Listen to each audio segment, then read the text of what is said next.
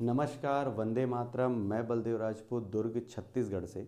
आज हम लोग बात करने वाले हैं केमिकल लेज़र या इसी को हम लोग ट्यूनेबल लेज़र भी बोलते हैं।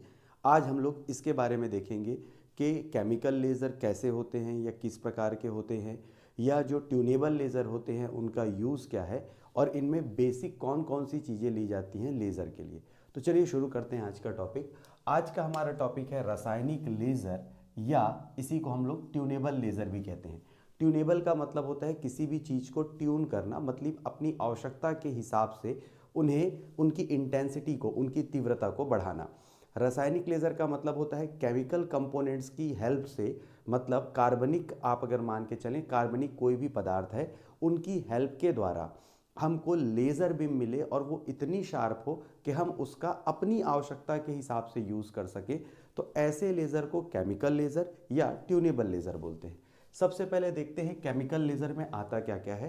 केमिकल लेज़र को बेसिकली रंजक लेज़र या डाई लेज़र भी बोला जाता है। अब केमिकल लेज़र में जो कंपोनेंट्स जो यूज़ होते हैं, जो ऑर्गेनिक कंपाउंड जो यूज़ होते हैं, वो रहते हैं आपके जैंथीन, कैमरीन, इस टाइप के केमिकल, मतलब ऑर्गेनिक कंपोनेंट्स जो है वो यूज़ किए जाते हैं। नॉर्मली होता ये है कि यहाँ पर ये जो आप चैम्बर देख रहे हैं, उस चैम्बर में ये एक चैम्बर है, उसमें द्रव रूप में रंजक, इसका मतलब है लिक्विड फॉर्म में, चाहे वो जैप्थीन हो या कैमरीन हो, इन्हें लिया जाता है।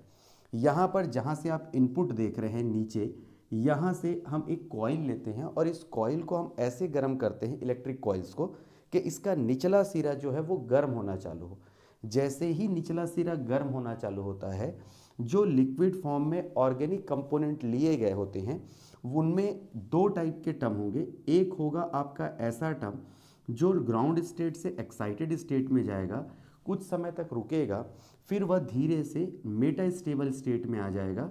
मेटा स्टेबल स्टेट में आने के बाद भी हम इनपुट देना चूँकि बंद नहीं करते, इसीलिए यहाँ पर आने के बाद अलग अलग जगह से जो एच न्यू फोटोन आवृत्ति का जो कण है वो जाते जाता है, जिससे यहाँ पर डेंसिटी, घनत्व तो ज़्यादा बढ़ जाएगा इलेक्ट्रॉनों का, और उसकी वजह से आपसी टकराव की वजह से ये अपने एक्साइटेड स्टेट से वापस ग्राउंड स्टेट में आना प्रारंभ करते हैं, जिसके कारण हमको लेज़र बीम मिलती है। ये जो ट्यूब होती है उसका एक सिरा, जो M1 वाला सिरा है, वो कंप्लीट ब्लॉक कर दिया जाता है, यानी पूर्ण परावर्तक दर्पण होता है। कंप्लीट रिफ्लेक्टेड ग्लास होने की वजह से, सॉरी, कंप्लीट कोटेड ग्लास होने की वजह से यहाँ से लाइट बाहर या यहाँ से लेज़र बीम बाहर नहीं निकलती। ये पार्शली कोटेड होता है और ये कंप्लीट कोटेड होता है। पार्शली कोटेड का फ़ायदा ये है कि जो कम इंटेंसिटी वाले जो लेज़र बीम हैं वो वापस चले जाते हैं, और जो अधिक तीव्रता के लेज़र पुंज होते हैं वो हमको इस जगह से, मतलब इसके M2 वाले सिरे से हमको प्राप्त होते हैं। जब ये रिएक्शन चल रहा होता है तो ट्यूब बहुत ज़्यादा गर्म हो जाए और गर्म होने की वजह से ट्यूब को नुकसान ना हो, इसके लिए यहाँ पर एक्सटेंशन चैम्बर या प्रसार कक्ष बनाए जाते हैं। जब ये रिएक्शन होते रहता है तो जिसमें जो ऊष्मा, जो वेपराइजेशन होता है, उनको इनकी मदद से कम करने की कोशिश की जाती है।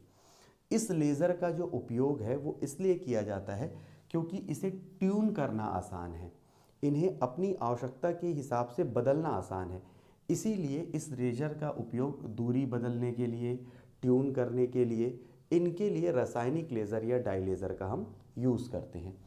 अगर देखें तो इसी के अंतर्गत आता है HF laser, hydrogen fluoride laser. आपको याद होगा इससे पहले जो हम लोगों ने किया था वो टॉपिक था हीलियम नियॉन लेज़र। तो जो हीलियम नियॉन लेज़र के कॉन्सेप्ट पे ही बना हुआ है आपका हाइड्रोजन फ्लोराइड।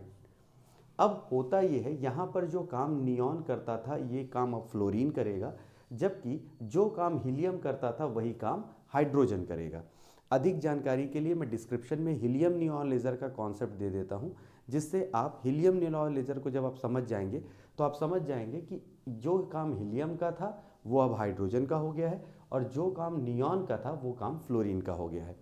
इसी प्रकार से कार्बन का एक अणु और ऑक्सीजन के दो अणु मिलकर कार्बन डाइऑक्साइड गैस की द्वारा लेज़र बीम प्राप्त की जाती है। अगर आप इंटेंसिटी देखें, तीव्रता देखें, तो हाइड्रोजन फ्लोराइड गैस से जो हमको लेज़र बीम प्राप्त होती है वो 2 मेगावाट के आसपास होती है, जबकि कार्बन डाइऑक्साइड गैस से जो हमको लेज़र बीम प्राप्त होती है वो लगभग 100 वाट के आसपास होती है।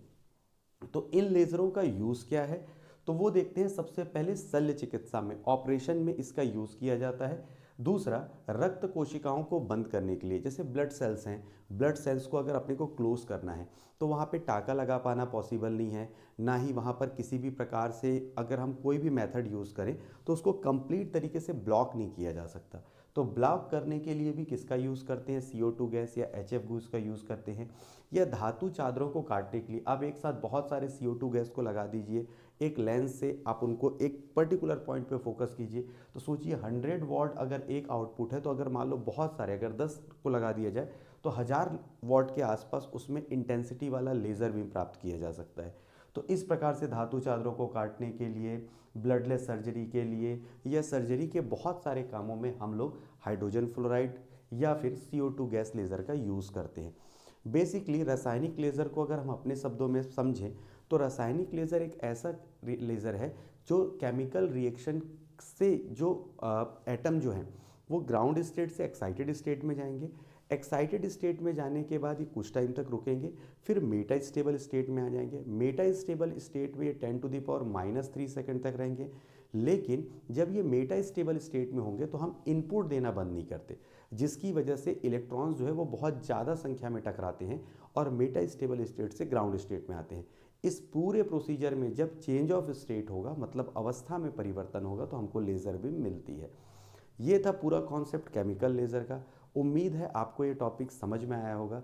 तो मिलते हैं अगले वीडियो में, तब तक के लिए जय हिंद, वंदे मातरम।